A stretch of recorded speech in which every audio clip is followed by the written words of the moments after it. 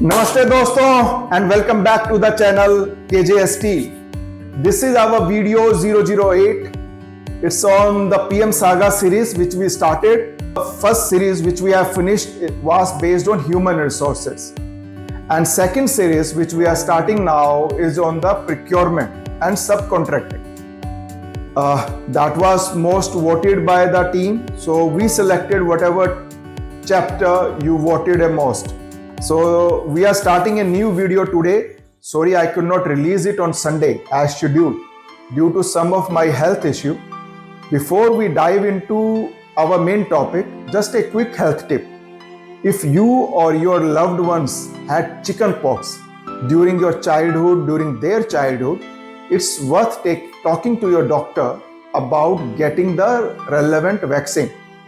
I was not knowing about that in the childhood, if I had a chicken pox, I need to have some vaccine after 50. So better to be safe than sorry. Let's start our new series, procurement and subcontracting. We are launching a brand new series focused on procurement and subcontracting in the projects. This is our episode 1. We are starting with two important questions, one on steel technology and another on the project management. For every episode, we shall try to follow the same. So your questions related to above topic, you can write on comment section. It can be anything related to steel or procurement.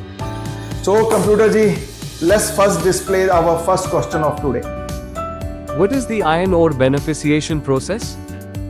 So for beneficiation, let's break down it in a simple terms. When iron ore is mined, it's not pure iron. It contains Fe percentage along with the unwanted material like silica and alumina. The Fe percentage can range from 15% to 70%. The main type of iron ore are hematite like Fe2O3, which is not magnetic, magnetite, which is Fe3O4, which is magnetic and easier to process. Here are the beneficiation process. How does it work? Number one is crushing and grinding.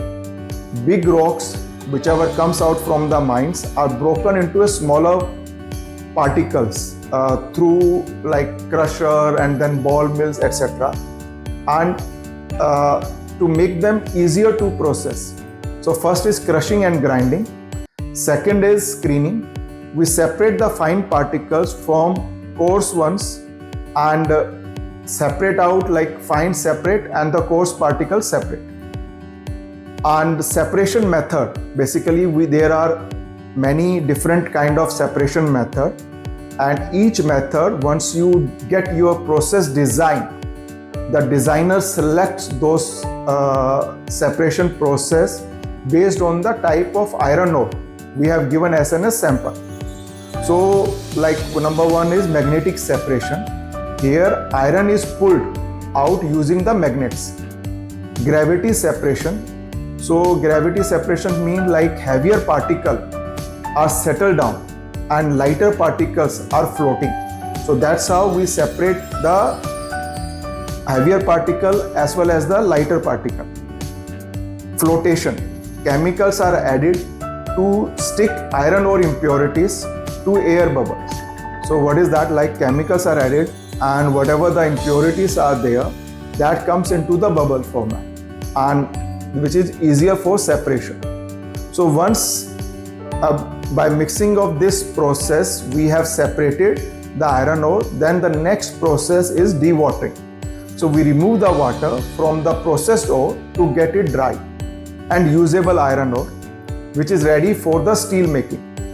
This question is really quite big. It covers the complete beneficiation process.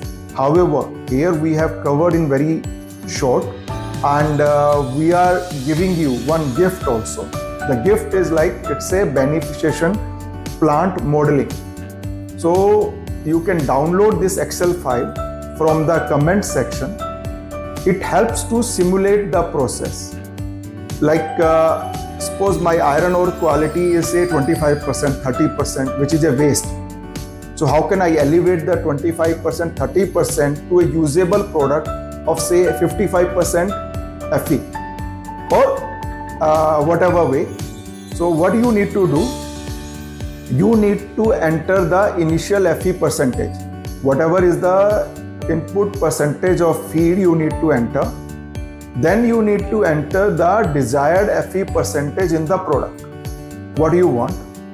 Then go on changing the expected recovery by weight. So with that, once you will see in the screen this is settled, then your process and your input and output is defined. But this helps in planning, like how many product you need to have, like product 1, product 2, what kind of process will run in product 1, product 2. But it's not the actual results. Actual result will vary based on the impurity levels like silica and alumina. Yeah, computer ji, let's start the second question. And please note that the second question should be on the project management part. How to manage time, cost, and quality in projects? Very good question, but it's quite big. So we'll just tell you my thought. In project management, time, cost, and quality all are very crucial, and they are connected with each other. Sometimes we have to choose between them. For example, if speeding up a task cost is much more, then it is better to accept the delay. But usually, if you lose time, it's going to definitely increase the project cost. Smart project management means analyze these trade-offs and choosing wisely based on the impact. So now let's start our introduction to the PM Saga procurement series. We are now kicking off our PM Saga project procurement series. It's a structured way to ensure that projects are efficiently managed while protecting the client interest. It begins with defining the specification, budgets, and timelines. Bids are then evaluated on cost, quality, and compliances.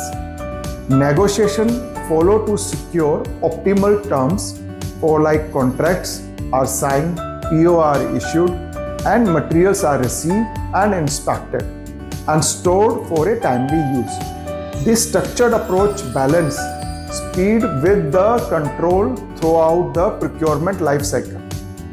The current episode is on the initiation of the procurement process. How does it work?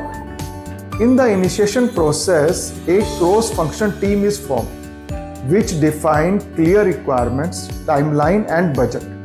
Same thing we have done in our PROCA also, that you can define. There is a separate area for technical, separate for commercial, separate for procurement, separate for negotiation, and separate for auction and other terms. So each area key account manager can define its internal team, and overall these are part of the cross-function team. Anyway, going ahead, this team selects the right technology which defines clear requirement, timeline, and budget. Finally, the technology route. The team selects the right technology with the help of an expert or consultant. This team assesses the project and recommend the best technology path. On the best technology path, consultant will prepare the RFQ, request for quotation, and tender documents. They will distribute the RFQs to the shortlisted vendor. Evaluation and committee involvement is also for selection of the vendor. Anyway, this committee involves a project head, site head, contract manager, technical experts, and other key stakeholders or their representative. They assess vendors based on their credentials, relevant experience, existing partnership, and this ensures the balance. And this process ensures quality, efficiency, and cost effectiveness are balanced throughout the procurement process. So one is the RFQ which we have made for the technical items. So whatever the technology supplier is going to supply us. and the second RFQ is made for the balance of the plant. On the second RFQ, it's the call of the committee that either they want to order balance of plant to one party, SNS supply, one party for erection, one party for commissioning, or they want to break it into a multiple packages. Usually, if you want to save the cost, better is to break the complete project in a multiple packages. However, as many package you will make, the procurement process will be equally important, as well as the project management role will be more critical. So that's the trade-off, and which we will discuss in detail during our coming session. However, and you like this series, thanks a lot. Thank you.